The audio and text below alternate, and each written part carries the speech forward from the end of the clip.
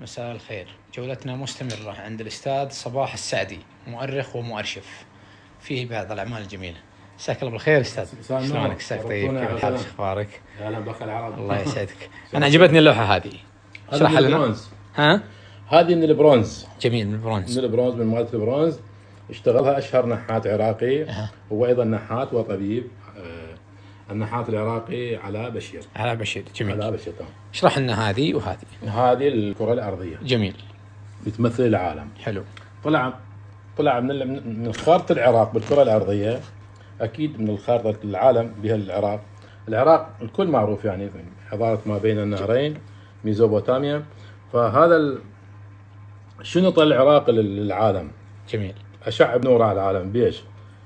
العجلة اللي هي المسماريين، اختراع البابليين والسومريين، والفضاء اللي شوفه. الفضاء، العجلة، الفضاء اللي هم البابليين. الايام والتوقيت والاسبوع، ايام الاسبوع البابليين. جميل، تمام. وهذه العدالة. طب. الطب. هذه اي لغة هذه؟ وهاي الكتابة المسمارية.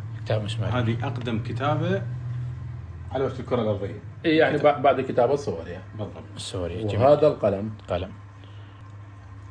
وهنا هذا يقول بسم الله الرحمن الرحيم. اقرأ وربك الأكرم الذي علم بالقلم. جميل ما شاء الله. هذا من البرونز طبعا، من أعمال الفنان العراقي علاء بشير.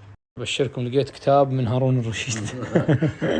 هذا كتاب قديم جدا من عام 1858 تقريبا، له 100 احنا هسه 2014 يعني 160 سنة او 170 سنة. 2023 تمام.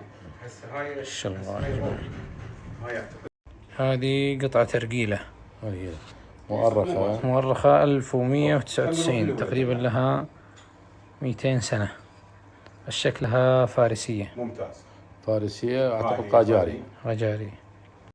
أحلى راديو أو أحلى إذاعة ممكن تشوفها في حياتك. هذه هي، عمرها تقريبا 100 سنة. هذه من الثلاثينات. والجميل فيها إنه العراق مصدر الحضارة والتكنولوجيا والهندسة. شوف هذا راديو عراقي قديم. شوف اسماء المدن: القاهرة، لندن، بغداد، فاتيكان، حيفا، باريس، روما، رباط، كندا، سيدني، تورنتو. شوفوا الجميل.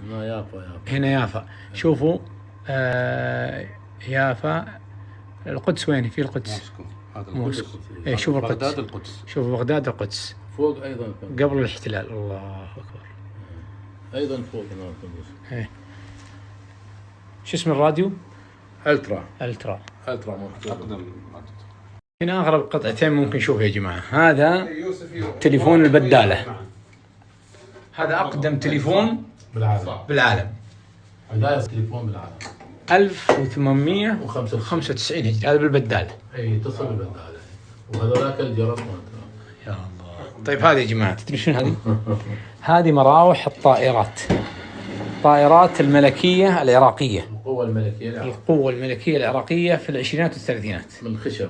هذه خشب، مراوح طائرة من خشب. تجي في بداية المراوح على المحرك قدام الطائرة. تسمع الطائرة مروحية. مروحية يعني مروحية. مراوح. بعدين الطائرة النفاذة. خلاص انت صار الدفع. هذه مراوح. هاي مراوح خشب.